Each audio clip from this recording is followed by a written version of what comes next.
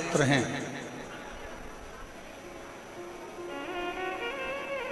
भगवान के पास में सारे शस्त्र हैं। ऐसा कोई अस्त्र और शस्त्र नहीं है जो मेरे भगवान के पास में नहीं। पर उन अस्त्र शस्त्र को पाने के लिए जैसे राम जी ने तप करा तो उनको पाशुपत्य अस्त्र मिल गया था, भगवान कृष्ण ने तप करा तो उनको पाशुपत्य अस्त्र मिल गया था। आप और हम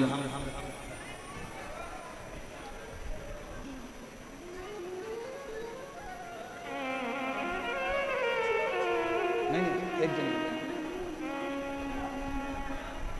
ये माइंड सोफा या कुर्सी लगवाओ, सोफा लगवा दो।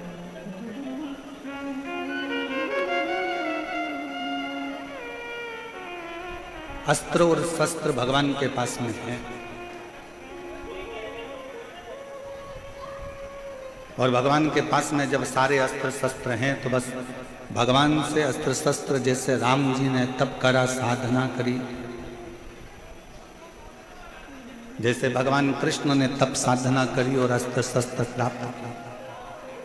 आज कलयुग में, कलिकाल में आप और हम इतना तप और साधना नहीं कर सकते कि भगवान से अस्त्र शस्त्र प्राप्त कर सके।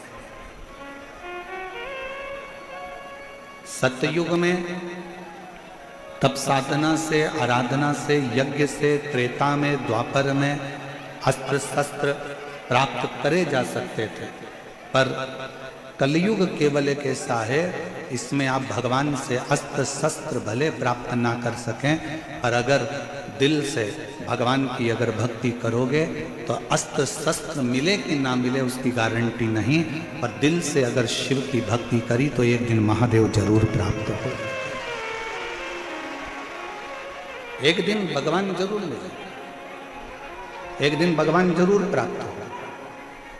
और मैंने तेरे ही भरोसे बाबा, तेरे ही भरोसे हवा में उड़ती जावांगी बाबा, डोर हथो छड़ी में कटी जावांगी। भोले मैं तेरी पतन, शंभू मैं तेरी पतन, हवा बिच उड़ती जावांगी बाबा। हमारे बीच में पूर्व सांसद श्री रामचरण बोहरा जी पधारे हैं, एक बार जोरदार ताली बजाकर उनका स्वागत करें।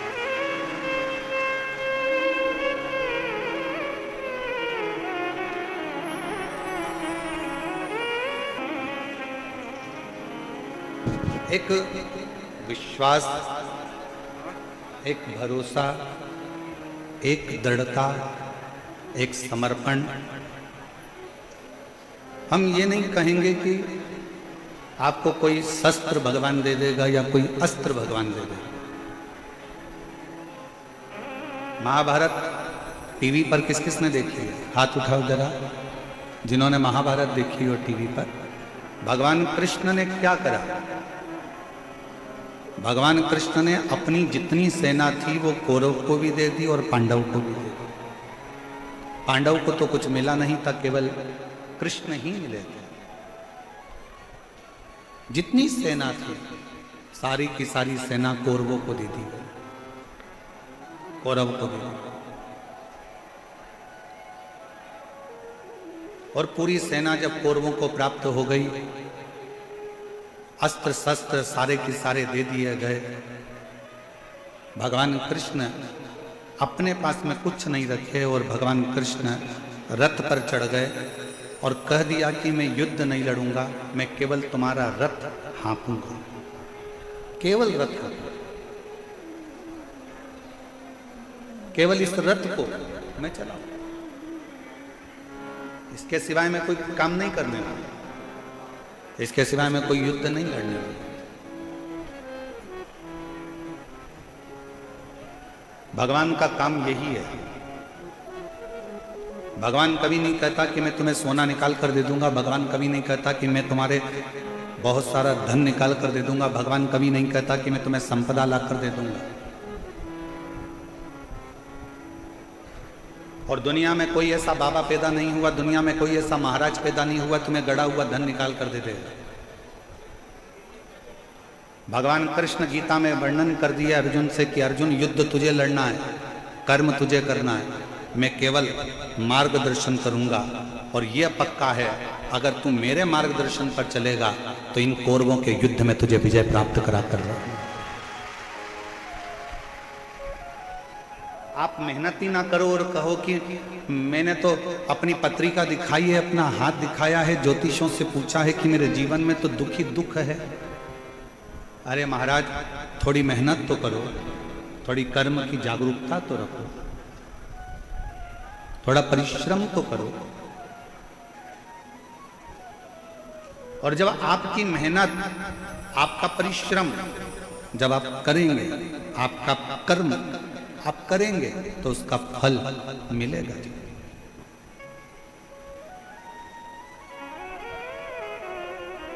आप मेहनत ही ना करो और सोचो कि मेरी दुकान चलती रहे और दुकान 10 बजे खोल रहे हो, 12 बजे खोल रहे हो, 1 बजे खोल रहे हो, शाम को 5-6 बजे जल्दी जल्दी चक्कर में विराम दे रहे हो। जितना परिवार से प्रेम करते हो, जितना पत्नी से प्रेम करते हो, जितना बच्चों से प्रेम करते हो, उतना अपने कर्म से भी प्रेम करो, अपनी मेहनत से भी प्रेम करो और अपने परिश्रम से। भगवान विष्णु, भगवान नारायण का दर्शन आप करेंगे, भगवान ब्रह्मा जी का दर्शन आप करेंगे, भगवान राम जी का दर्शन आप करेंगे, भगवान कृष्ण का दर्शन आप करेंगे, भगवान शंकर का आप दर्शन करेंगे। सारे देवताओं के दर्शन को उठाकर देखिएगा, ब्रह्मा जी कमल के पुष्प के ऊपर बैठे हैं। ब्रह्मा जी कमल के पुष्प पर बैठे हैं। भगवान विष्णु शेषनाग की सैया पर विश्राम कर रहे हैं। पर केवल एक भगवान देवाधिदेव महादेव को ना तो आप सिंहासन पर बैठे हुए देखोगे, ना कभी शंकर भगवान को आप राज सिंहासन पर बैठे देखोगे, ना आप कभी शंकर भगवान को मखमल के कालीन पर बैठे देखोगे, ना भगवान शंकर को आप कभी कोई सैया पर बैठे हुए देखोगे, कभी ना भगवान शंकर को किसी कोमल वस्तु पर बैठे हुए देखोगे। भगवान शंकर को हमेशा कैलाश पर बैठे हुए देखोगे या मंदिर में शिवलिंग के रूप में, पाषाण के रूप में आप विराजमान देखो। वहां ना कोई सैया है, वहां ना कोई कमल का पुष्प है, ना वहां कोई कोमल वस्तु है। शंकर भगवान पर्वत पर कैलाश पर बैठे हुए हैं और वहां ना कोई कोमलता है, ना कोई कम्मल है, ना कोई गदी है, ना कोई तकिया है, ना कोई मखमल है। मेरा शंकर भगवान उस पाषाण पर, उस पत्थर पर, उस कैलाश पर्वत के टुकड़े पर बैठे हुए। क्यों? भगवान शंकर की कथा कहती है कि भगवान शंकर ये दिखाना चाहते हैं कि कर्म के प्रति जागरूक रहना। ये दुनिया बड़ी कठोर है और इस कठोर दुनिया में आपको केवल आगे बढ़ते जाना है।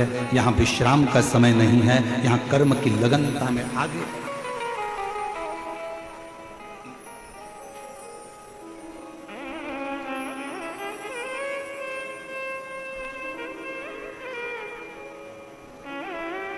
वो एक लाइन आप लोग गुनगुनाते हो कई बार, दुनिया बनाने वाले क्या तेरे मन में समाई तूने काहे को दुनिया। किस लिए आपका और हमारा जन्म क्यों हुआ? आप और हम क्यों पैदा हुए? आप और हमारे जन्म का कारण क्या है?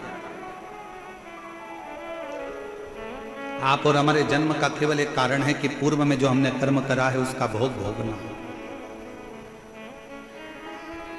उसका भोग भोगना। एक महिला ने पत्र लिखा है, उस पत्र में उसने लिखा है कि मेरी शादी हुई, 5 साल मैंने बच्चे के लिए इंतजार करा, फिर डॉक्टरों को दिखाना प्रारंभ करा, ऐसे मिलाकर 10 साल निकल गए। कितने वर्ष निकल गए? जम के बोलो जरा। 10 साल। 10 साल निकलने के बाद फिर आस छोड़ दिल्ली गई दिखाने के लिए, जयपुर गई दिखाने के लिए, बेंगलोर भी में गई, मुंबई भी में गई, टेस्ट बेबी भी करवाया, 15 साल ऐसे निकाल। कितने साल निकल गए? 15।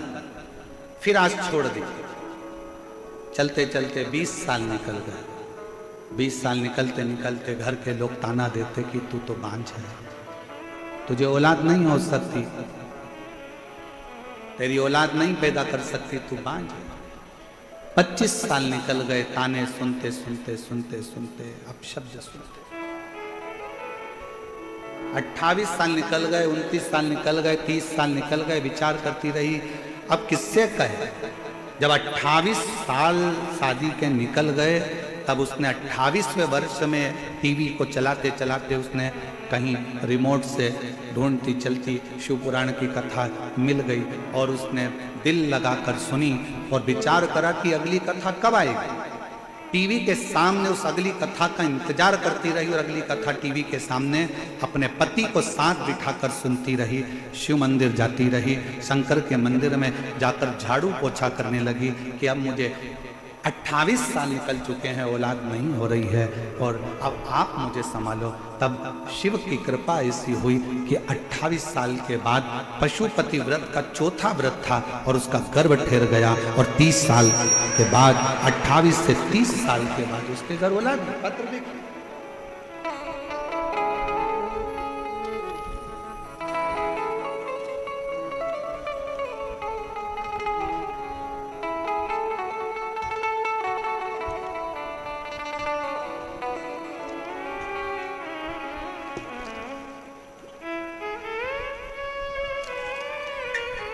मेरा नाम अलका गुप्ता है, पति का नाम दयाराम गुप्ता है। मैं अलवर राजस्थान से आया।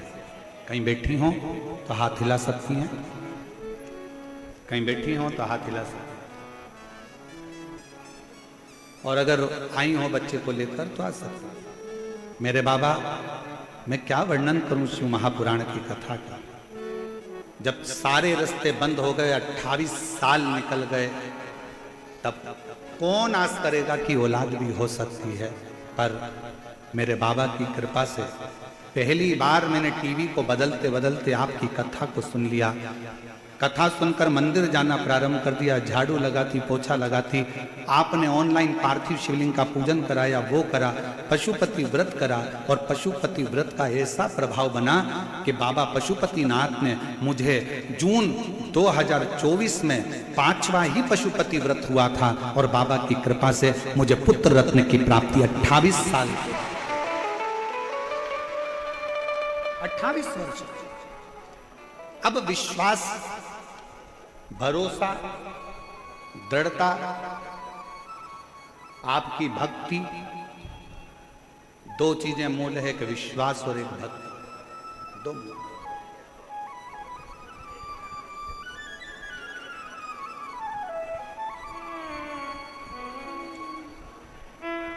हमारे बीच में माननीय विधायक महोदय जी भी और साथ में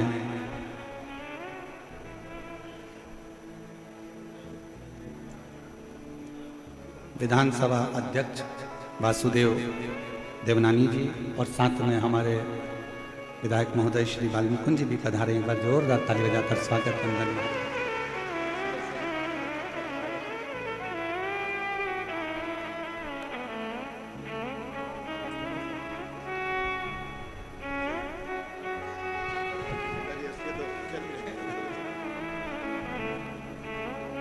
एक बार जोरदार ताली बजाएं। माननीय विधानसभा अध्यक्ष श्री वासुदेव देवनानी जी हमारे बीच में पधारे हैं। एक बार जोरदार ताली बजाकर उनका स्वागत। और हमारे बीच में माननीय विधायक महोदय श्री महंत श्री वाल्मीकि जी पधारे हैं। एक बार जोरदार ताली बजाएं। बड़े सहज सरल और आनंदित, एक युवाओं को सनातन धर्म की ऊर्जा देने वाले, जोरदार ताली बजाकर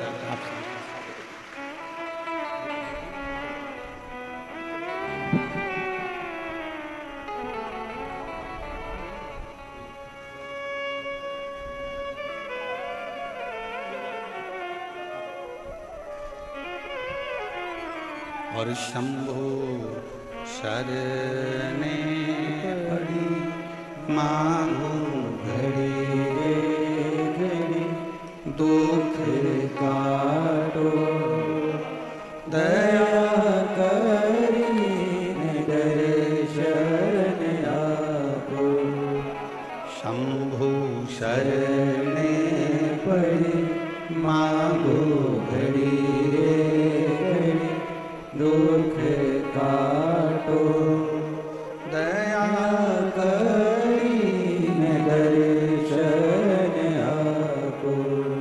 शिव कथा कर रहे हैं। एक विश्वास और एक भक्ति, दोनों।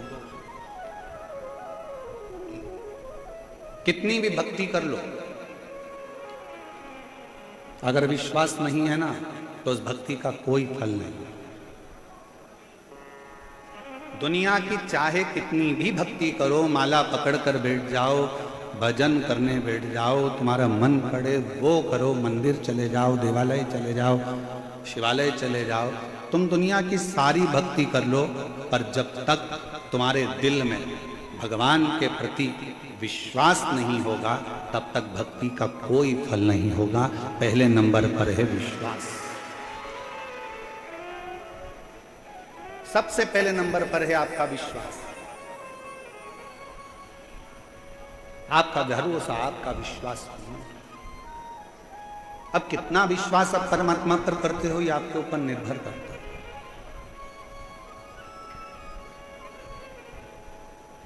मेरी जीजियां जितनी बैठी हैं जयपुर की और मेरे जीजा जितने बैठे हैं जयपुर के, ईमानदारी से बोलना, एक बच्चे के लिए आप कितने साल इंतजार कर सकते हो?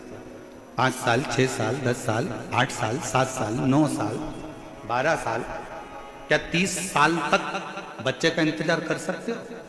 बोलो री जीजियों, सही बताना ईमानदारी से, क्या 30 साल तक आप अपने बच्चों का इंतजार कि मेरी बहू के घर, मेरी लड़की के घर में बच्चा 5 साल, 10 साल, 8 साल, देवरानी क्या नहीं हुआ, ननन क्या नहीं हुआ, इतने साल नहीं हुआ, उतने साल, तो कितने साल इंतजार करते? 30 साल में कोई आस भी नहीं लगा सकता और भरोसा भी नहीं कर सकता कि औलाद होगी। 30 वर्ष और 30 वर्ष बाद अगर भगवान, इसलिए फिर निवेदन करेंगे, जब शिव के मंदिर में 1 लोटा जल चढ़ाने के लिए जाओ, 2 चीजें जरूर मांगना। बाबा, किसी स्त्री की गोद कभी खाली मत रखना और किसी पुरुष की जेब कभी खाली मत रखना। ना स्त्री की गोद खाली हो, ना पुरुष की जेब खाली हो। स्त्री की गोद खाली रहती है तो उसको ताना दे देकर मारा जाता है। घर में लड़की का जन्म हो जाता है तो लोग ताना दे देते हैं। अभी तो पढ़ा लिखा जमाना है तो लोग ताना दे देते हैं कि लड़की हैं, 2 लड़की हैं, 3 लड़की हैं, लड़का नहीं है, ये नहीं है। इतना ताना सुना जाता है, इतना ताना सुना जाता है जिसका वर्णन नहीं। और देखा जाए,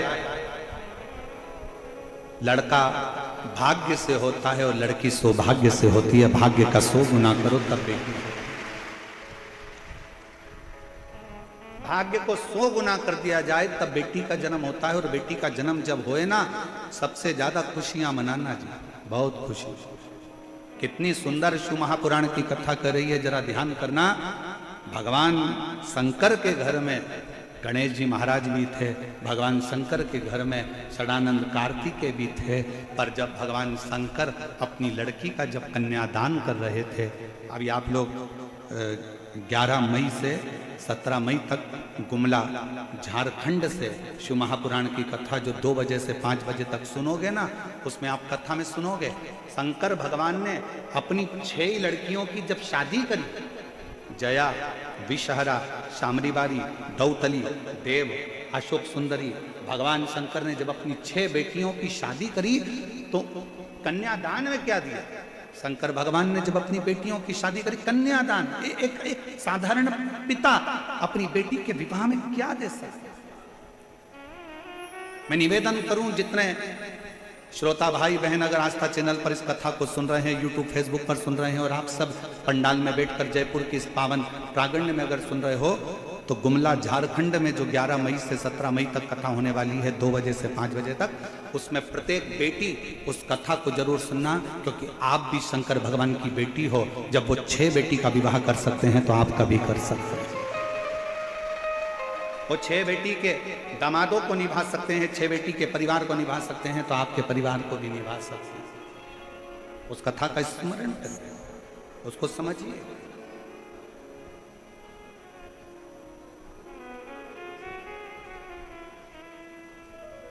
बेटा भाग्य से है और बेटी भाग्य को भी सुगुना कर लो तो सौभाग्य से।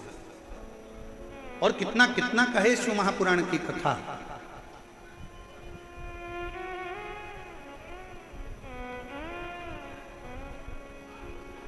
बिंदुक के प्राण छूट गए थे, गलत कर्म करते करते मरा था, इसलिए प्रेत की योनि में चले गए।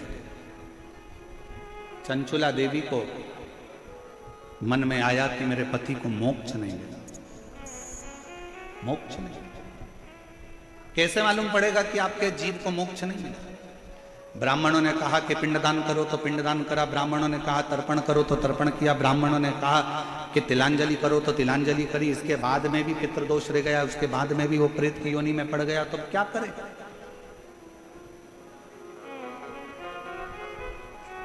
इसलिए सारी समस्या का हल जम के बोलो जरा, एक लोटा जल। बोल बम का नारा है, श्री शिवाय नमस्ते। इसलिए एक लोटे जल की महत्वता कही है। पति के लिए तिलांजलि कर दी, पति के लिए तर्पण कर दिया, पति के लिए सारा कार्य कर दिया। तुमने भी अपने पूर्वजों के लिए, अपने पितरों के लिए कितना कितना करा। ऐसा कोई नहीं है जिसने नहीं करा। कोई ने ब्राह्मण का भोजन कराया, कोई ने कुछ कराया, कोई ने कुछ कराया। उसके बाद भी अपनी पत्रिका लेकर जाओ, हाथ दिखाने जाओ तो भी लोग कह देंगे पितृ दोष है, इसलिए तकलीफ भोग रहे हो।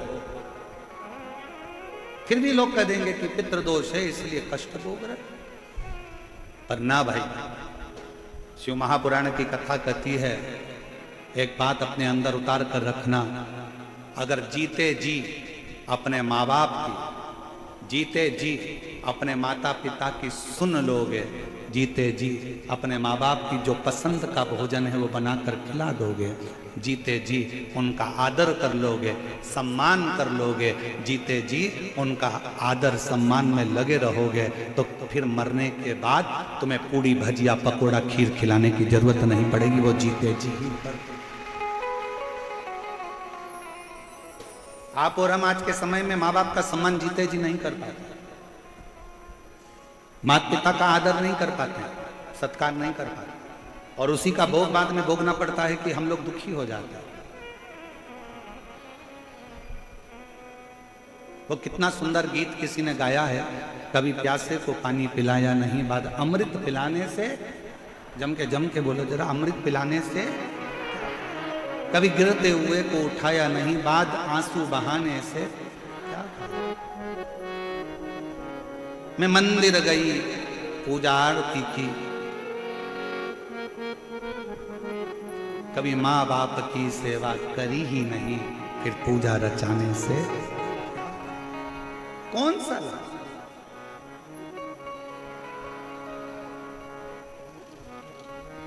और जो एक धर्म पत्नी का फर्ज है, एक धर्म पत्नी का जो कार्य था वो धर्म पत्नी ने करा। चंचुला ने अपने पति के लिए, बिंदु के लिए जो कर सकती थी सब करा। उसके बाद भी उसका पति प्रेत की योनि से नहीं छूटा। उसके बाद भी नहीं छूट पाया। सिंहासन पर बैठो, कुर्सी पर बैठो, पद पर बैठो, प्रतिष्ठा पर बैठो, मना नहीं है, पर उसके साथ तुम एक मानव भी हो, तुम्हारे अंदर एक मनुष्यता है। जब पद, प्रतिष्ठा, कुर्सी, सिंहासन जब हमारा चले जाता है, एक सरकारी नौकरी करने वाला भी एक दिन जब रिटायर हो जाता है, और वो सरकारी नौकरी करने वाला जब ऑफिस में अपनी कुर्सी पर जाकर बैठता है तो लोग मना कर देते हैं, अब तुम रिटायर हो गए हो, चलो यहाँ से, अब तुम्हारी नहीं चलेगी। जब तक तुम्हारा सिग्नेचर काम कर रहा है, जब तक तुम्हारे पास में कुर्सी है, सिंहासन है, पद है, प्रतिष्ठा है, उसका सदुपयोग करो। जिस दिन सिंहासन से नीचे उतर जाओगे तो तुमने किसी गरीबड़े के लिए, तुमने जनमानस के लिए, तुमने साधारण व्यक्ति के लिए जो अच्छा करा होगा ना, वो अच्छाई एक ना एक दिन सिंहासन से नीचे उतरने के बाद तुम्हारे सामने आकर खड़ी हो जाएगी कि तुमने किया। वो तुम्हारे सम्मुख में आए। हिम्मत बुरे कर्म कर बंदे वरना पछताएगा, भगवान की आंखों से तू बच नहीं पाएगा, तू बच नहीं पाएगा। अरे ओ अज्ञानी मत करना, अरे ओ अज्ञानी मत करना, तेरे कर्म का फल भी तू ही पाएगा, जैसा किया तूने तेरे आगे आएगा। मत बुरे कर्म कर बंदे वरना पछताएगा, भगवान की आंखों से तू बच नहीं पाएगा, तू बच नहीं पाएगा। सबसे पहले आप मानव हो, आप मनुष्य हो। दिया किसने? आपकी लगन ने, आपकी मेहनत ने, आपके परिश्रम ने, आपके कर्म ने आपको सिंहासन पर ले जाकर बिठा दिया। आपकी लगनता ने बिठाया है, आपके परिश्रम ने बिठाया। कल कथा में एक बात कही थी, भेरू नाम के बहुत सारे लड़के होंगे, लीलाबाई नाम की बहुत सारी महिलाएं होंगी, एक ही दिन जन्मे होंगे, एक ही वार को जन्मे होंगे, एक ही तिथि को जन्मे होंगे, एक ही समय में जन्मे होंगे। भारत की भूमि पर ही क्या पूरे विदेश में एक घड़ी में, एक पल में लाखों बच्चे, हजारों बच्चे एक दिन में जन्म लेते हैं। पर ईमानदारी से बोलो, सबका भाग्य एक जैसा होता है क्या? जम के बोलो जरा। नहीं, एक जैसे नाम वाले ढेर होंगे, एक जैसे नाम वाले बहुत होंगे, पर सबका भाग्य उसी समय पर जन्मा था, तो इसको भी फिर ऊंचे सिंहासन पर बैठना था। मालूम पड़ा उसी पल, उसी घड़ी, उसी क्षण में जन्मा है जिस समय पर तुम जन्मे हो। उसके बाद तुम सिंहासन पर बैठे हो, वो धक्के खा रहा है, वो झोपड़े में पड़ा है, वो कहीं छोटा मोटा काम कर कर अपनी जिंदगी जी रहा है। क्यों? पूछो किसी से कि वो सिंहासन पर बैठ गया जो सोमवार को जन्मा, 12 बजे जन्मा, वो भी 12 बजे जन्मा, वो भी सोमवार को जन्मा, वो भी 3 तारीख को, वो भी 3 तारीख को, वो भी नक्षत्र में, वो भी नक्षत्र में, वो भी घड़ी में, वो भी घड़ी में, सब एक साथ जन्मे, तो फिर एक सिंहासन पर बैठ गया और एक धक्के खा रहा है। उसका कारण क्या है? अर्थात शास्त्र कहता है समय नहीं, तुम्हारा पूर्व का किया गया कर्म तुम्हें सिंहासन पर पहुंचाया है, और तुम्हारा पूर्व का किया गया कर्म तुम्हें नीचे लाकर छोड़।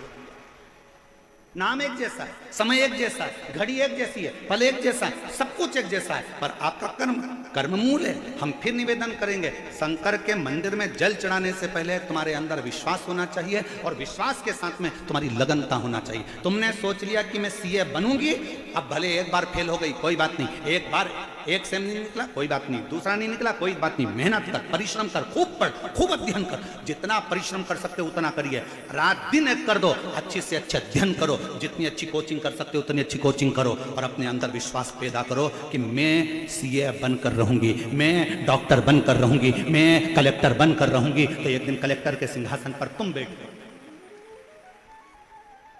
अब तुम अंदर से टूट गए, मैं मम्मी मेरा एक सेम नहीं निकला, मैं एग्जाम नहीं दूंगी। क्यों नहीं दोगी? करो मेहनत, करो। एक पत्र है, देखिए,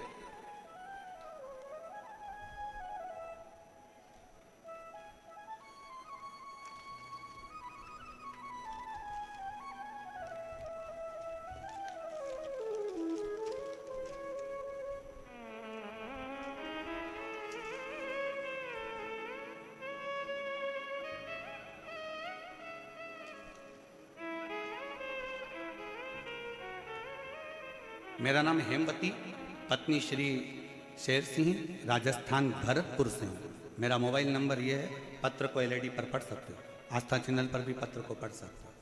मेरा नाम ये है, मेरा मोबाइल नंबर ये है। एक लोटे जल का मैं क्या वर्णन करूँ गुरुदेव? पूरे विश्वास के साथ कहती हूँ, पंडाल में बैठकर कथा सुनने का क्या फल है? कोई मुझसे पूछे, गुरुजी मैंने पहली कथा कोसी में सुनी, दूसरी कथा 2024 में सीहोर में सुनी। सीहोर अपने बेटे को लेकर गई थी। मेरे 2 बेटे हैं, दोनों की नौकरी नहीं थी, दोनों हताश होकर पड़ गए थे। दोनों के मन में आ गया था कि हम गवर्नमेंट जॉब नहीं कर सकते, हमारी सरकारी नौकरी नहीं लग सकती। मैंने अपने बेटों से कहा, सीहोर वाला महाराज कहता है मेहनत को 4 गुना कर दो, संघर्ष 4 गुना कर दो, परिश्रम 4 गुना कर दो, रात दिन एक कर दो और आखिरी में एक बेलपत्र शिव को शहद लगाकर चढ़ाओ, परिश्रम का फल जरूर मिलेगा।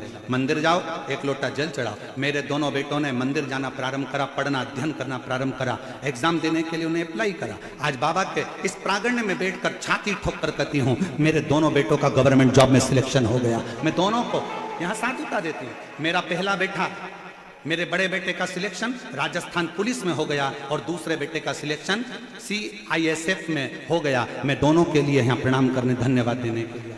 आपका विश्वास क्या कहता है? आपका परिश्रम मूल है, आपकी मेहनत मूल है।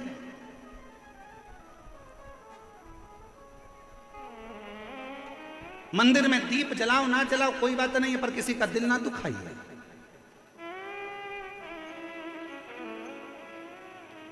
आज हमने कथा में शुरू में क्या कहा आप लोगों को कि अगर पंडाल में जगह नहीं है, प्रशासन अपना कार्य कर रहा है, बहुत अच्छे तरह से संभाल रहा है, समिति भी बहुत अच्छे तरह से संभाल रही है, पर घर में 50 लोगों की व्यवस्था हो और 150-200 आ जाएं तो व्यवस्था गड़बड़ा जाती है। इसलिए निवेदन है, जितने लोग बाहर से आने वाले हों, जितने लोग कथा के माध्यम से, कथा टीवी के माध्यम से कथा सुन रहे हैं या सोशल मीडिया से सुन रहे हैं, मैं जितने सोशल मीडिया वाले उनसे भी कहूँगा, आप न्यूज़ में डाल दीजिए कि अपने अपने घर में रहकर ऑनलाइन आस्था चैनल पर कथा का रसपान करिए, जिससे अपने जयपुर में ये 7 दिन की कथा पूर्ण आनंद के साथ पूरी हो और ईश्वर गोरा कथा का लाभ सब ले, उसको श्रवण करिए।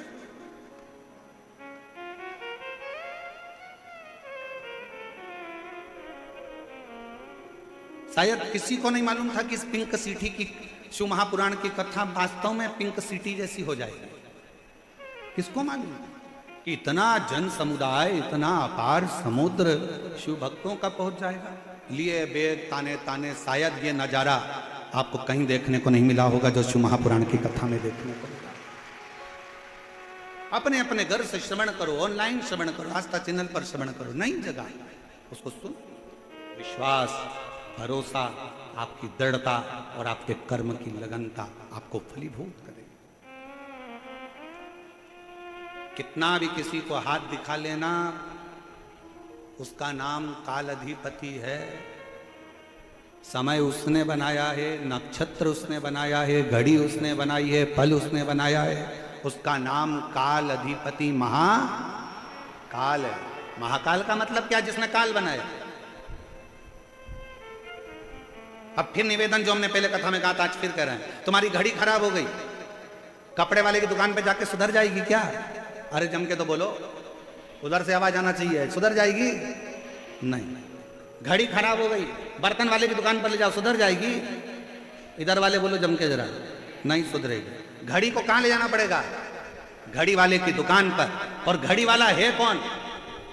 घड़ी वाला एक ही है जिसने पल, घड़ी, नक्षत्र, समय बनाया। उसका नाम काल अधिपति महाकाल है। शंकर के शरण में जाना चालू कर दो, घड़ी सुधर, समय सुधरेगा, समय सवरेगा।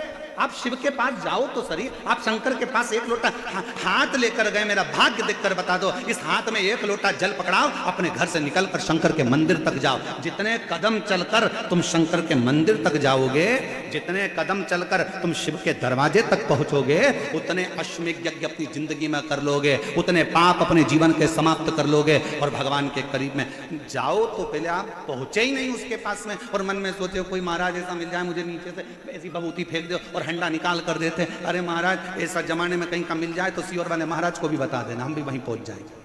फिर यहाँ काय को मेहनत करने आए? परिश्रम करिए, कर्म करिए, लगनता रखिए, मेहनत करिए। दुनिया में किसी की सामर्थ्यता नहीं है कि आपके भाग्य को कोई पलट दे।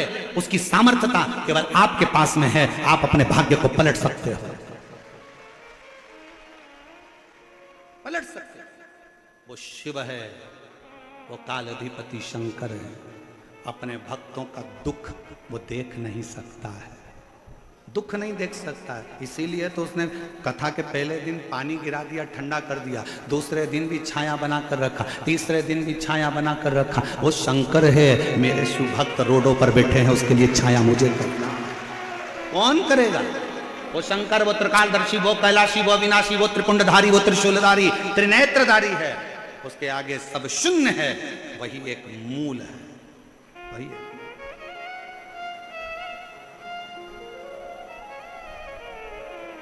आप कितना भजन कर रहे हैं शिव का?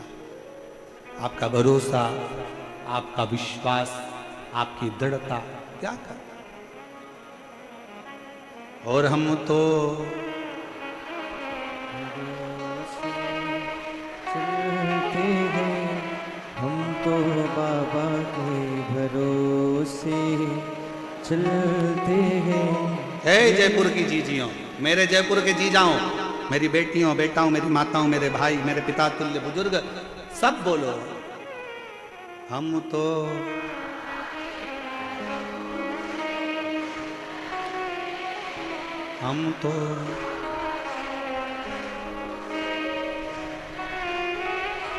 डमरू वाले के भरोसे चलते हैं, काशी वाले के भरोसे चलते हैं। हम तो बाबा के भरोसे चलते हैं। ये दुनिया वाले जलते हैं, ये दुनिया वाले जलते हैं। काशी वाले के भरोसे चलते हैं। हम उसके शरणागति में पड़ जाएं। चंचुला देवी का चित्त, चंचुला देवी ने सारा अनुष्ठान कर दिया पर पति को प्रेत योनि से मुक्त ना कर पाई, मुक्त ना कर पाई।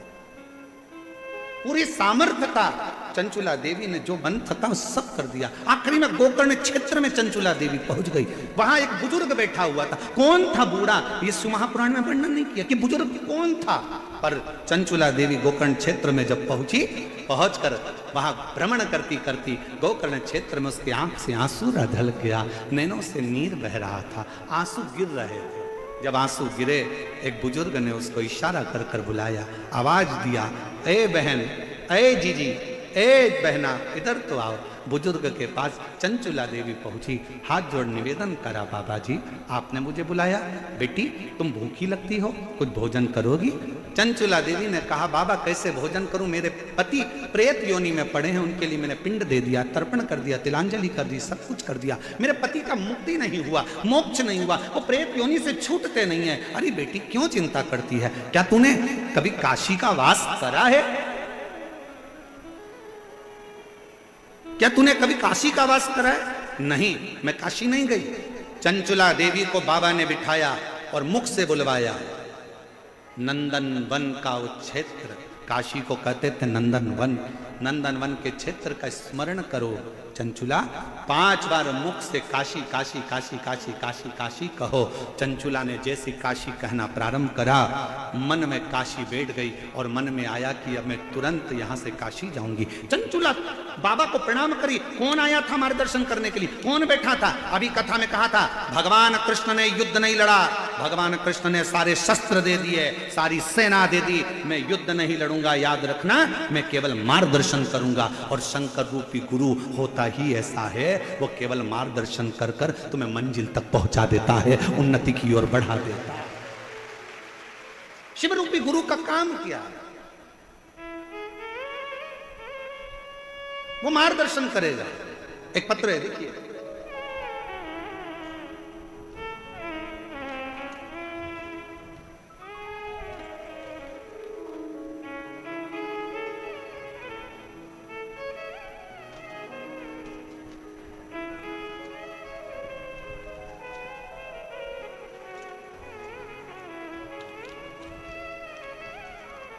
लीला ददीच, पति का नाम पूनम चंद ददीच। कहीं बैठे हों तो हाथ हिला सकते हैं। मोबाइल नंबर मेरा ये है, जालरा तालाब, भाटीपुरा, मकराना, कुचामन, डीडवाना से आई हूँ, डीडवाना से यहाँ पहुँचे। और इसी कथा के पंडाल में एक कोई शिव भक्त, जिसके बहुत दिनों से कोई काम था, नहीं हुआ था, वो भी अजमेर से पैदल चलकर 150 किलोमीटर दूर से यहाँ पहुँचा है। हम उसका पत्र तो इन पत्रों में कहीं फंसा हुआ है, पर वो यहाँ कहीं भी बैठा है, हम उसको बुलाएंगे कथा के विराम पर जरूर। गुरुजी, मेरे पास कोई शब्द नहीं है, मेरा बेटा 13 साल का है। 2022 में उसके गले में गठान हो गई, जिसका नाम शुभम ददीच है। उस गठान के इलाज के लिए हम बहुत सारे डॉक्टरों के पास गए, लेकिन हम सब जाते थे, वह डॉक्टर उसको देखकर ऑपरेशन का बोलते थे। फिर मेरी बहन ने बताया कि सीहोर वाला महाराज टीवी पर कथा करता है, आस्था चैनल पर शिव पुराण आती है, आसन लगाकर अगर सुनी जाए और शिव जी पर एक लोटा जल चढ़ाने का बोलता है, वही जल का आचमन करने का बोलता है। पहले कथा सुनो, बेटे को कथा सुनाई। डॉक्टर ने कह दिया इसका ऑपरेशन करना जरूरी है, गठान निकलेगी, वो जांच के लिए जाएगी दिल्ली या मुंबई, मालूम पड़ेगा कि इसमें क्या है। और डॉक्टर ने शंका बता दी थी कि इसको कौन सी बीमारी हो सकती है। हम लोग घबरा गए, 13 साल का बेटा है, कैसे क्या करें। तब हमने पहली बार अपनी बहन के कहने पर शिव जी पर जल चढ़ाना प्रारंभ करा। आपकी कथा आस्था चैनल पर आती है, मेरे बच्चे को सुनाना प्रारंभ करी। बेटे ने खेलना बंद कर दिया, 13 साल का लड़का खेलने नहीं जाता, आसन लगाकर कथा सुनता। मम्मी, खाना निगलने में बहुत दर्द होता था बच्चे को, पानी निगल नहीं पाता था बेटा, गले में अड़ जाता था, रोता था, चिल्लाता था। शुभम बेटा मेरा हमेशा चिल्लाता, मम्मी खाते नहीं बनता, पानी निगलते नहीं बनता, मेरा गला तकलीफ दे रहा है। ऑपरेशन की तारीख नजदीक में आए, बाबा का भरोसा कर कर शिव जी के मंदिर में बेटे को ले जाती, जल चढ़ाती, बेटे से कहती झाड़ू लगा, पोछा लगा। जल चढ़ा हुआ, नंदी के पास बैठकर पी। मेरे बच्चे शुभम ने नंदी के पास बैठकर जल पीना प्रारंभ करा, चढ़ी हुई बेलपत्र को खाना प्रारंभ करा। पहले तो उसके मुंह में छाले आ गए, फिर दूसरी बार में उसको दर्द होने लगा, जलन होने लगी, और तीसरी बार में एक दिन चिल्लाकर कहा माँ बहुत दर्द हो रहा है। जानकर फिर जल वापिस पिया, और फिर धीरे धीरे जब दर्द समाप्त हुआ, डॉक्टर को दिखाने जयपुर आए। डॉक्टर ने कह दिया इसको ऑपरेशन की जरूरत नहीं है, इसके गले में जो गठान थी वो पूरी गल चुकी है, इसके गले में जो गांठ थी वो पूरी गल चुकी है, अब इसको ऑपरेशन की जरूरत नहीं है। शिव तत्व किसको कहते हैं? आपका विश्वास मूल है, सर्वप्रथम है आपका भरोसा। आज यहाँ किसके भरोसे पर आए? सीहोर वाले महाराज के भरोसे पर, समिति के भरोसे पर, किसी दूसरे के भरोसे पर नहीं। यहाँ कथा सुनने के लिए उस देवाधिदेव महादेव के भरोसे पर आए हो कि मेरा शंकर है, उसकी आश्रितता, उसका भरोसा। और दुनिया पर भरोसा करोगे तो एक दिन टूटने वाला है।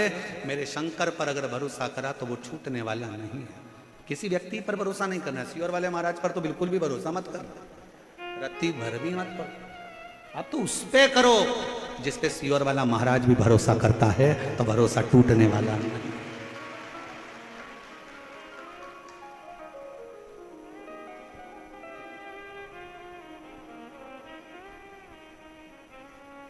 तेरी कृपा का क्या है भरोसा, कब किस पर हो जाए जरा सी पर कर दो, ओ जरा सी हम पर कर दो।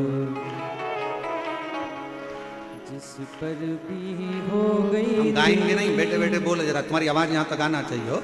तेरी कृपा का क्या है भरोसा, कब किस पर हो जरा सी हम पर कर दो। जिस पर भी हो गई तेरी करुणा कृपा वो भव पार हुआ, भव पार हुआ। पापी हो चाहे जितना उसका भी बाबा उद्धार हुआ, उद्धार हुआ। गिद्ध अजामिल गणिकारे, गिद्ध अजामिल गणिकारे, अब है हमारी बारी थोड़ी सी हम पर कर दो, जरा सी हम पर कर दो। तेरी कृपा का क्या है भरोसा, कब किस पर हो जाए जरा सी हम पर कर दो। बस थोड़ी सी, ज्यादा नहीं। कृपा की ना होती जो आदत तुम्हारी, तो सुनी ही रहती अदालत तुम्हारी। गरीबों के दिल में जगह तुम ना पाते, तो किस दिल में होती इबादत। उसके आश्रित। आज एक बात कहना चाहेंगे, जयपुर की इस धारा पर जब कथा लेने के लिए सीहोर में ये समिति आई थी ना, तो उन्होंने कहा था कि गुरुजी हमारे यहाँ का एक कल्चर है कि सभी लोगों के लिए सोफे लगाना पड़ते हैं। हमने कहा कितने भी लगा लो, एक दिन पूरे हटाना पड़ते हैं। ये निश्चित है। ये कोई दूसरी कथा नहीं। मेरे शंकर भगवान को वीआईपी कल्चर पसंद ही नहीं। सब देवताओं की शादी में देवता गए थे, शंकर की शादी में रुद्रगण और डाकनी पिशाचिनी चुड़ैल और भूत गए। भयंकर, लोगों को समझ में ही नहीं आता। यहां से रोको, दूसरी जगह से घुस जाते हैं। भूतों को पता थोड़ी ना होता है कि कहां से जाना है। उसको तो एंट्री गेट भी नहीं मालूम और एग्जिट भी नहीं मालूम। उसका तो बस मन है, हम तो बाबा के भरोसे चलते हैं। उसको ज्ञात ही नहीं है कि कहां से, चलो उधर से जाना, उधर गए तो क्या उधर से जाना, उधर गए तो क्या उधर से जाना, उधर गए तो क्या उधर से जाना। अब उसने सोच लिया किधर से जाना, अब हमको मालूम है, अब हमको मालूम है किधर से।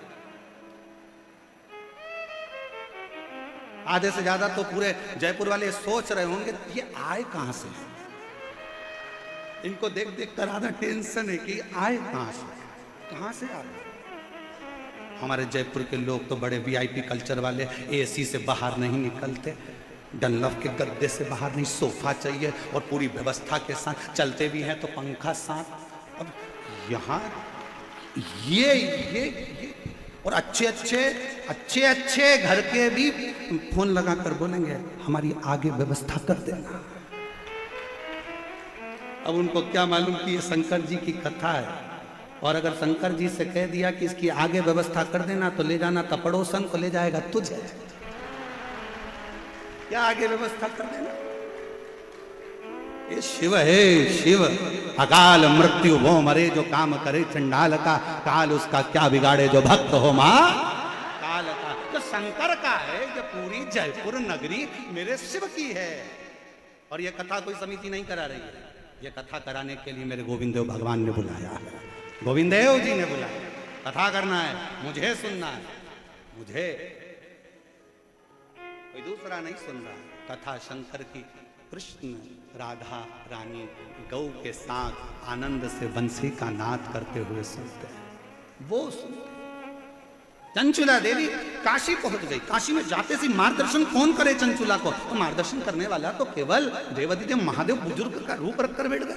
भगवान का काम ही यही है, मार्गदर्शन करना, आपको बताना कि आपको कैसे जीवन में जीना है, कैसे आगे चलना है, कैसे अपनी जिंदगी की दिनचर्या को जीना है। और बहुत ध्यान रखना, आज की कथा भले 1 बजे से 4 बजे तक हो गई, कल की कथा का समय 2 बजे से 5 बजे तक रहेगा, टीवी पर भी और कथा स्थल पर। एक आनंद के साथ जियो, एक आनंद के साथ। महाराज साथ में बोलिएगा, जिस विनय को करने के लिए अपने मन से बाबा को अपने हृदय से पुकार, दिल से विनय, जहां जगह मिले वहां बैठ जाओ। साथ में बोलिएगा, जिस विनय को करने के लिए सारी दुनिया के लोग कथा के पंडाल में पहुंचते हैं, उसी विनय को हृदय से प्रार्थना करिए और आप और हम सब मिलकर बाबा से विनय करें। आपकी आवाज़ व्यासपीठ तक आए, व्यासपीठ और आपकी आवाज़ शिव तक जाए, इस भाव से विनय करिए।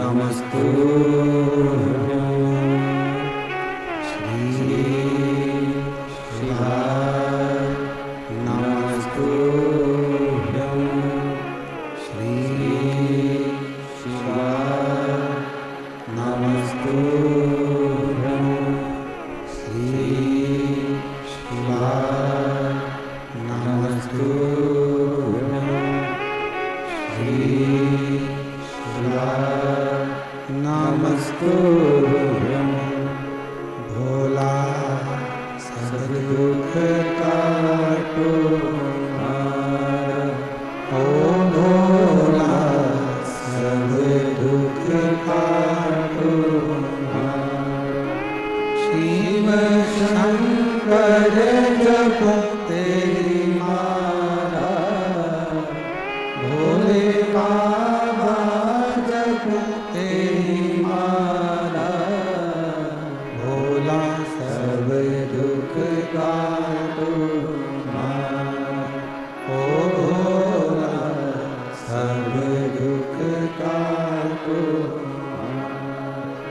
वेश है मंगल मंगलकारी,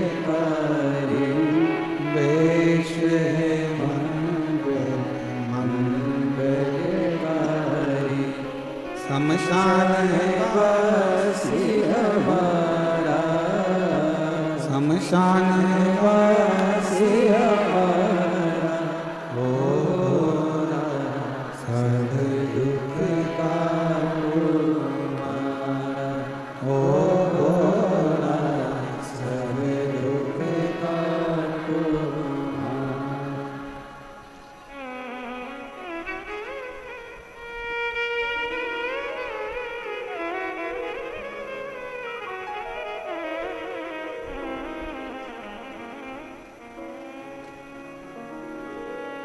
बाबा देवाधिदेव महादेव भगवान शिव ओगड़दानी त्रिकालदर्शी कैलाशी अविनाशी भगवान शंकर की कथा कर रहे।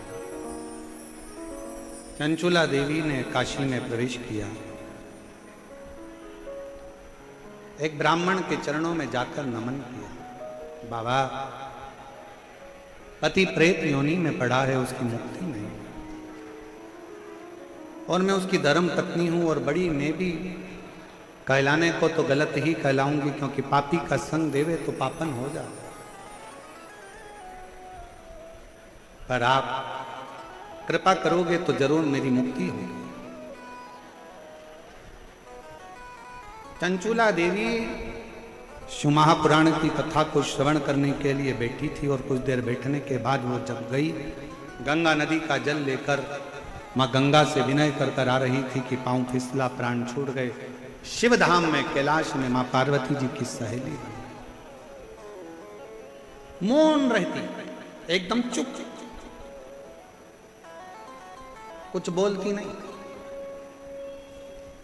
कुछ कह नहीं पाती, मौन। पार्वती जी ने पूछा कि चंचुला, तू शंकर के धाम में है, शिव के धाम में आने के बाद तो मौन रहा ही नहीं जाता।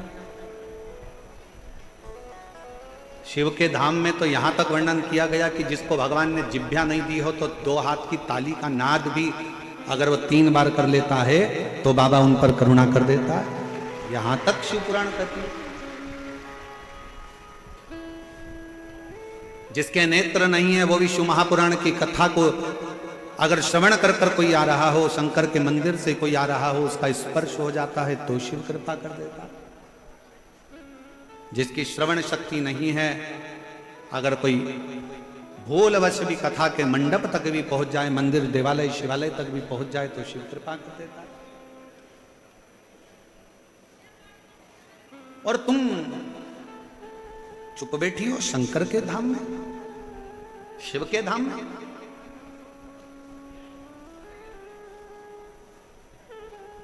एक बहन का पत्र आया, अभी हमने देखा उसको खोलकर। उस पत्र में उस बहन ने जयपुर की रहने वाली है शारदा सोनी, पत्नी ओम प्रकाश सोनी, मेरी बेटी मोनिका सोनी, जिसका एक्सीडेंट 14 फरवरी 2020 को हो गया। 14 फरवरी 2020 में इसका एक्सीडेंट हुआ था मोनिका का। तब से ये कोमा में थे। टीवी पर आपकी कथा सुनी और किसी ने बताया कि अगर पंडाल में कथा का रसतत्व ग्रहण किया जाए तो फल जरूर मिलता है। पर हमारी बेटी तो 2020 से कोमा में पड़ी थी, अब उसको कैसे ले जाते। मालूम पड़ा कि रतनगढ़ में कथा हो रही है। हम हमारी बेटी को रतनगढ़ कथा में ले गए, एम्बुलेंस बुलवाई, डाला, लेकर गए। इतना भीड़ था, प्रणाम किया। कथा थोड़ी सी वो कोमा में पड़ी क्या सुन, बेलपत्र मांगी व्यासपीठ की, दी। आज बाबा की कृपा से हम बाबा को धन्यवाद देने के लिए आए हैं कि रतनगढ़ की कथा तो अभी बाबा ने कृपा करी। आज हमारी बेटी बाबा की कृपा से कोमा से बाहर निकल गई है, इसलिए बाबा को प्रणाम करते हैं। फरवरी 2020 का फोटो जब से वो कोमा में पड़ी थी तब का लगाया है, आप लोग एलईडी पर आस्था चैनल पर देख सकते हैं। अप्रैल में जब कथा रतनगढ़ की श्रवण कर कर आई है, उसके बाद जिंदगी में 2020 से पहली बार कोमा से उठकर बैठी है। दूसरा फोटो उसका कोमा से उठने के बाद। दूसरा, शिव करुणा सागर है, शिव दया सागर है। उसकी भक्ति, उसकी अविरल भक्ति, उसका भजन, उसका कीर्तन, उसका स्मरण, उसकी नाम उच्चारण। और हम फिर कहेंगे, आप आए हो विश्वास के साथ, बाबा से विश्वास के साथ कह कर जाना, कह। और मेरी जीजियों, फिर निवेदन करूं मेरे जीजाओं से, अगर दिल से आए हो ना तो दिल से लेकर भी जाओ। ये शिव पुराण की केवल कथा नहीं है। ये एक बेटी अपने बाप से संवाद करती है, एक बेटा अपने पिता से कुछ बात करता है। ये वो शिव। चंचुला, तू मौन है, तू चुप है, और वो भी शिव के धाम में। शंकर के मंदिर में आने के बाद और मौन, शिव के धाम में आने के बाद और मौन। यहां तो कावड़िया भी अगर कावड़ लेकर चलता है तो गर्जना करता चलता है, बोल बम का नारा है, बाबा एक, सारी समस्या का हल एक लोटा जल। यहां तो गर्जना करता करता कावड़िया चलता है। यहां तो शंकर के मंदिर में कोई मौन होकर जाए, ये कहां की रीति है? सारे मंदिर में चुप रही है, पर शंकर के मंदिर में जाकर तो आवाज लगाइए, हार हार महा। सारे मंदिर में चुप रही है, पर शिवालय में जाकर तो गर्जना होना चाहिए। दुख हर, कष्ट हर, दारिद्र हर, हार हार महा। उसकी गर्जना शिव के सामने। तो कहा, गुरुजी आप कहते हो शंकर जी के मंदिर में आवाज लगाओ, जरूरी है। बच्चा जब तक रोता नहीं तब तक माँ उसको गोदी में लेती नहीं।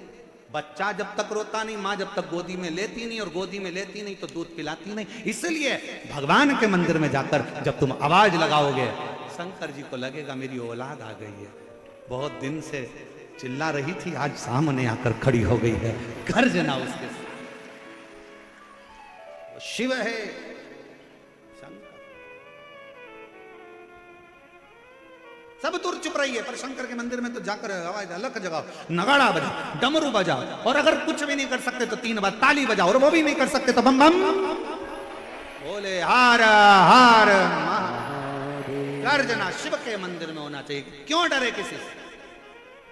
छत्रपति वीर शिवाजी महाराज की मां जीजाबाई ने तो कह दिया था छत्रपति वीर शिवाजी से कि सुन बेटा शिवा, युद्ध के मैदान में भी जाना तो बिना गर्जना के मत जाना। इसलिए वीर शिवाजी, छत्रपति वीर शिवाजी जब युद्ध के मैदान में जाते थे तो पहली गर्जना लगाते थे, हर हर। पहली गर्जना। क्यों डरे? गर्जना के साथ। और महाराज,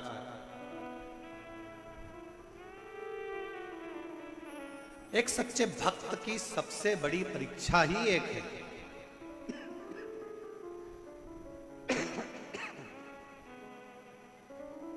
एक सच्चे भक्त की सबसे बड़ी परीक्षा है, दीदार ना हो और फिर भी मिलने की तमन्ना। दीदार ना हो फिर भी उससे मिलने की तमन्ना हो। वो ना मिले, दिल में उससे मिलने की बेचैनी।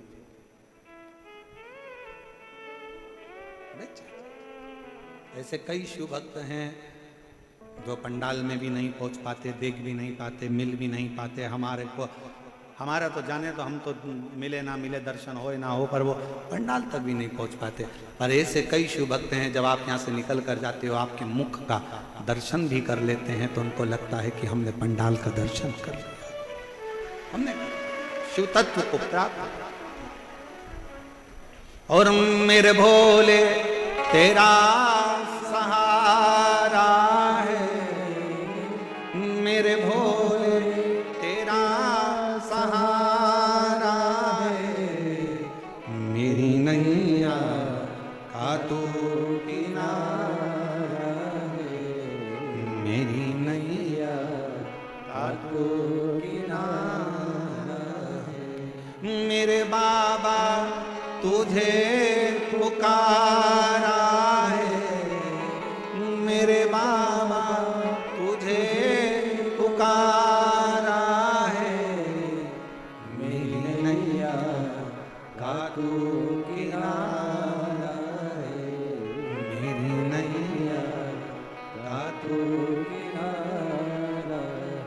उसके आश्रित हो जाओ। चंचुला तू और शंकर के मंदिर में, शिवालय में, कैलाश पर चुप बैठी है, ये कहां की रीति है?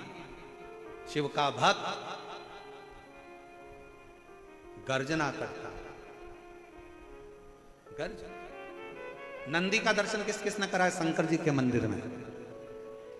जम के हाथ उठाओ जरा, दिखना तो चाहिए।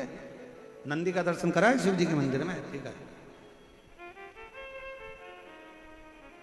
नंदी जी के गले में घंटी का दर्शन करा है? अरे बोलो तो जम के, आओ। ठीक है। अब शंकर भगवान अंदर बैठे हैं, नंदी बाहर बैठे हैं, मौन होकर बैठे रहे। नंदी को घंटी की क्या जरूरत है? क्या जरूरत घंटी की? कान, शिव है, शंकर हैं, मौन होकर बैठे रहे। पर नहीं, नंदी के कान में जैसे ही शिव भक्त जाकर कहता है कुछ भी, लोगों को लगता है पत्थर का नंदी क्या घंटी बजाएगा, हम हाथ से घंटी बजाएंगे तो घंटी बजेगी। पर जब शिव भक्त शंकर के मंदिर में जाता है, शंकर को जल चढ़ाकर शिव जी से अपने मन की बात कहकर नंदी के पास में आकर बैठता है ना, और जब अपने मन की कामना कहता है, बाबा बड़ा दुखी हूं, मेरे शरीर में ये रोग हो गया है, बहुत कष्ट का जीवन चल रहा है दातार, नंदी के गले की जो घंटी है वो बाबा के लिए, लोग समझते हैं कि पत्थर की घंटी है, नहीं बजती, पर वो हृदय की घंटी से नंदी बजा देता है, शंकर तक हमारी बात को पहुंचा देता है, और शिव हमें स्वीकार कर ले, शिव स्वीकार कर शंकर।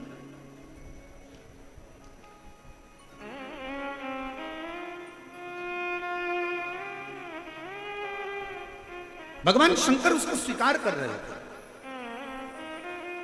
जाओ नंदी के, जब शंकर के मंदिर में जाओ, शिव जी के शिवालय में जाओ, शंकर के पास में जाओ, मेरे देवाधिदेव महादेव के नजदीक में जाओ, तो नंदी का भी दर्शन बहुत जरूरी है। अगर नंदी का दर्शन हो गया तो बहुत अच्छी बात है। नंदी के पास पहुंच भी गए, नहीं भी पहुंचे तो नंदी के नजदीक से अगर निकल कर भी चले गए, अपने हृदय का बात कहते कहते नंदीश्वर से प्रणाम करते हुए कहकर जाए। और हम तो फिर कहेंगे हृदय से, जिनके गर्भाश संतान की भी अगर प्राप्ति नहीं है और बहुत बहुत साल भी हो जाए ना, बहुत बहुत साल भी हो जाए, तो निवेदन करेंगे शिव जी पर चढ़ा हुआ जल, बेलपत्र, नंदी के पास बैठकर, और सफेद आंकड़े की जड़ का जो प्रयोग है वो जरूर करो, और नंदी के पास बैठकर 2 क्षण बाबा से प्रार्थना जरूर करो कि भोला सब दुख काटो, ओ भोला सब दुख काटो, शिव शंकर जब तेरी माला, भोले बाबा जब तेरी माला, ओ भोला सब दुख काटो हमारा।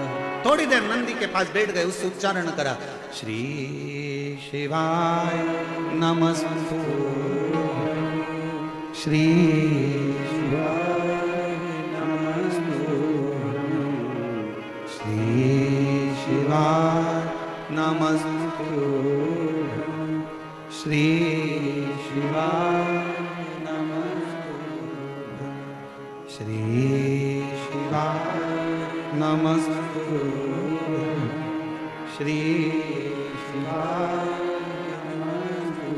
दिल से आप नंदी के पास बैठकर भी उसको पुकार सकते, उससे कह सकते,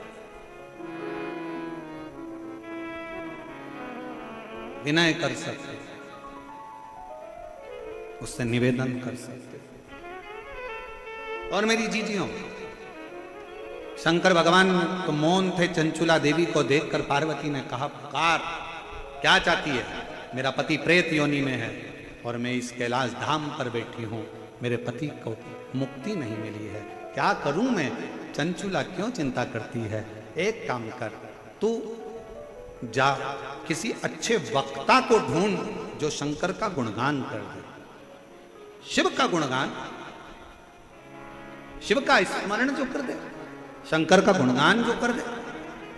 जा चंचुला देवी किसके पास जाए?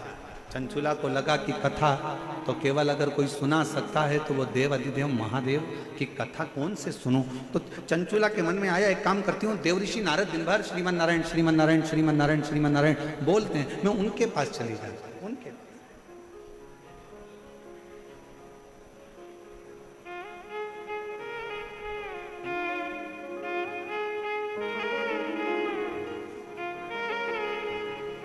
हमारे बीच में श्रीमती कुसुम जी यादव, यहाँ की महापौर जयपुर क्षेत्र की, एक बार जोरदार ताली बजाकर उनका स्वागत वंदन अभिनंदन।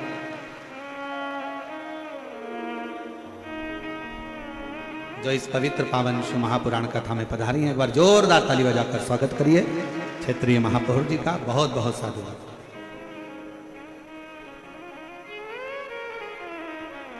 शिव से कहो, शंकर से कहो, विनय करो, निवेदन,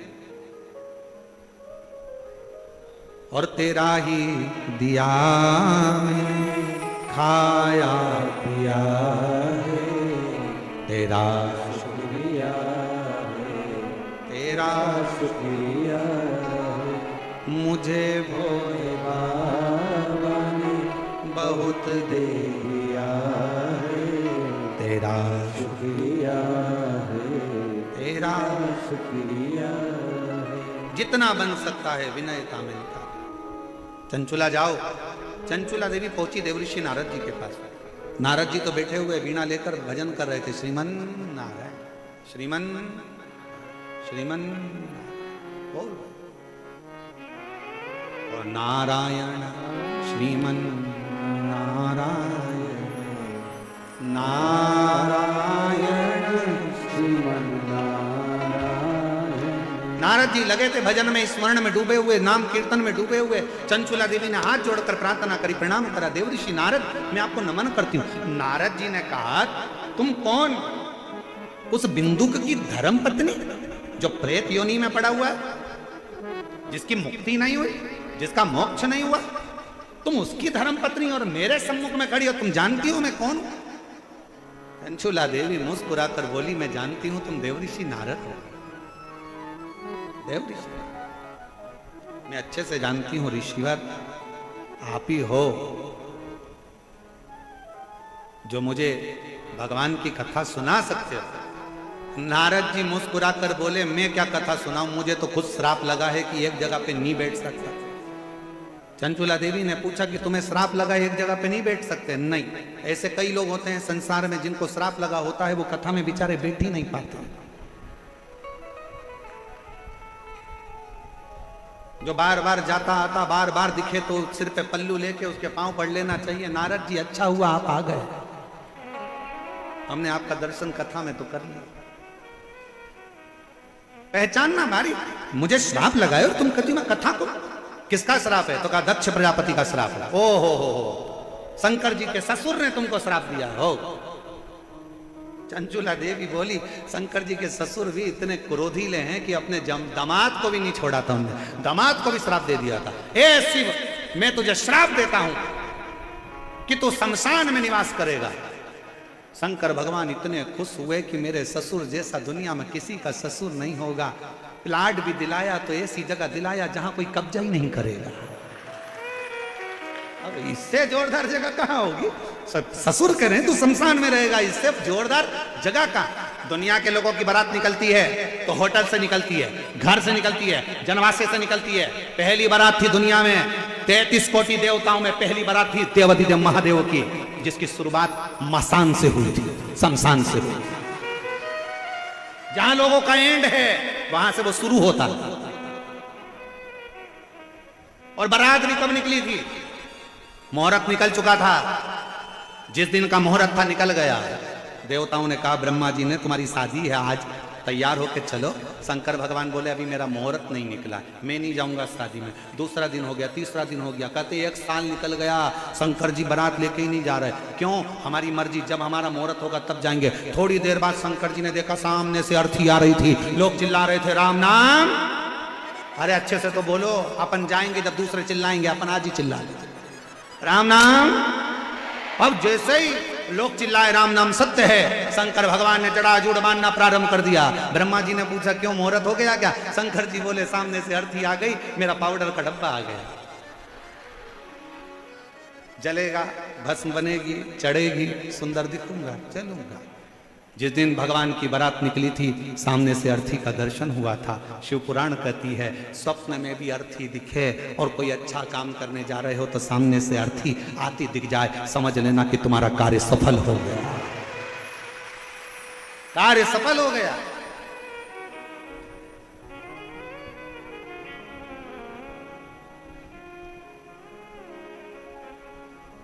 शिव पुराण कथा कहती है सेवा में लीन हो। घर में सास है, अच्छे से सेवा करो। जीवित है, उसकी सेवा करो। भरपेट भोजन कराओ, चरणों को प्रणाम करो, नमन करो। सास ससुर के अनुकूल रहो। जिस दिन अगर तुमने सास का कहना नहीं माना, सास अगर चली गई और जाने के बाद तुमने उसको तंग कर कर कर अगर भेज दिया तो बदला लेने के लिए वापिस आ जाए। और रात को तू कितने भी चैन से सो, तेरी छाती पे चढ़ के बैठेगी कमला उठ, और कमला फिर बाबाओं के पास जाती फिरेगी, मेरी सास दिख रही है, सास दिख रही। फिर निवेदन है,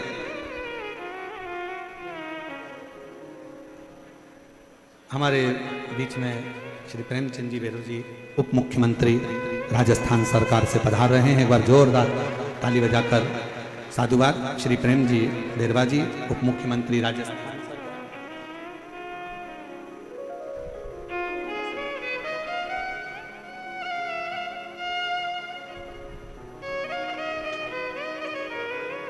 एक बार जोरदार ताली बजाएं माननीय उप मुख्यमंत्री राजस्थान सरकार श्री प्रेम जी बेरवा। जोरदार ताली बजाकर साधुवाद।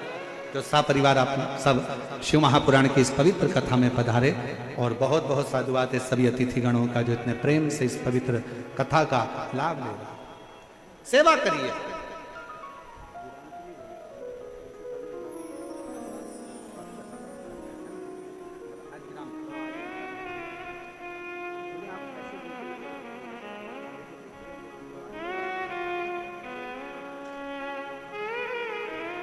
शिव तत्व हो, शंकर, शिव महापुराण की कथा का और जीवन की सुखता, जीवन का आनंदता वही है जीवन। शिव कथा कर रही है, शिव महापुराण का चरित्र कर रहा है। चंचुला देवी बड़े आनंद के साथ, भाव के साथ में नारद जी से प्रार्थना करती है। नारद जी ने कह दिया कि तुम एक काम करो कि कथा मैं तो नहीं कर सकता क्योंकि मुझे श्राप लगा है, तुम कथा एक काम करो, तुम रुका जी के पास जाओ, तुम रुका जी, तुम रुका। ठीक है, चंचुला देवी तुम रुका जी के पास पहुंच। कहां मिलेंगे तुम रुका जी? तो कहा जहां पर शिव नाम लिया जाए, भगवान शंकर का जहां गुणगान हो जाए, शिव नाम का उच्चारण जहां हो जाए, वहां तुम रुका जी मिल जाएंगे। तुम रुका जी के मिलने का स्थान ही शिव तत्व है, शंकर का नाम, शिव उपास्य, शिव उपास्य।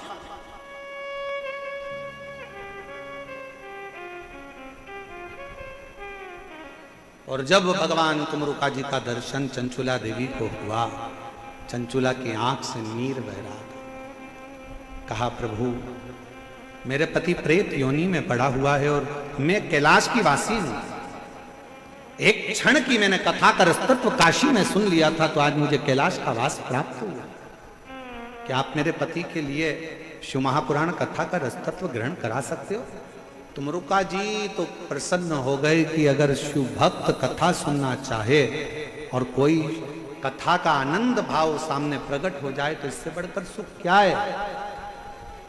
और खुशियां मनाना चाहिए, प्रसन्न होना चाहिए जब अपने क्षेत्र में कहीं बाबा की कृपा हो, मेरे शंकर की करुणा हो और शिव महापुराण की कथा अगर श्रवण करने को मिल जाए तो जीवन का सबसे बड़ा लाभ, जीवन का सबसे बड़ा आनंद। इससे बढ़कर दुनिया का कोई सुख नहीं, कोई आनंद।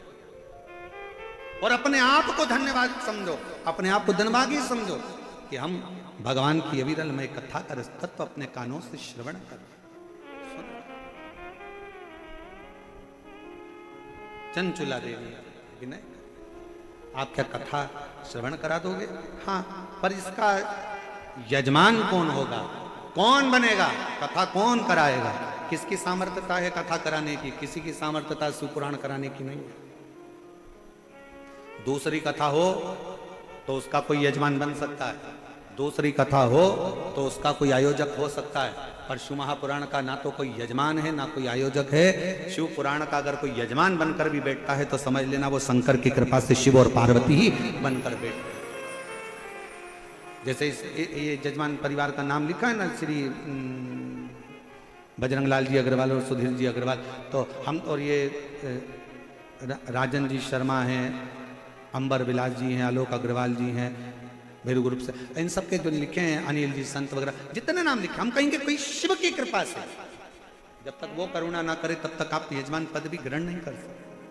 सारी कथा का यजमान श्रीमद् भागवत के यजमान बने हैं राजा परीक्षित, रामचरितमानस के यजमान बने हैं काशी नरेश, पर शिव महापुराण कथा का यजमान कौन है? तो क्या इसका यजमान कौन बनेगा? तो चंचुला देवी बोलती है मैं किसको विनय करूं, किसको निवेदन करूं? तुमरुका जी ने कहा जाकर शंकर जी से प्रार्थना करो। शिव जी से निवेदन करा, मुझे शिव पुराण का यजमान नहीं मिल रहा। शंकर जी ने पार्वती से कहा ये वो पुराण है जो मनुष्य के जीवन का सारा ताप हरती है, ये वो पुराण है जो मनुष्य के जीवन का सारा दुख हरती है, ये वो पुराण है जो दुनिया में सबके कष्ट हरती है, और कष्ट हरने के लिए इसका कोई यजमान नहीं, इसका यजमान शंकर जी कहते हैं पार्वती तुम 16 श्रृंगार करो और मैं भी सज धज कर तैयार होता हूँ, मैं ईश्वर बनता हूँ, तुम गोरा बनो, गणा और गौर बनकर शिव पुराण के यजमान, गणगौर बनकर शिव महापुराण के यजमान पद ग्रहण करेंगे, गणगौर बनकर, ईश्वर गोरा बनकर। 16 दिन तक भगवान शंकर और पार्वती श्रृंगार करे। शास्त्र कहता है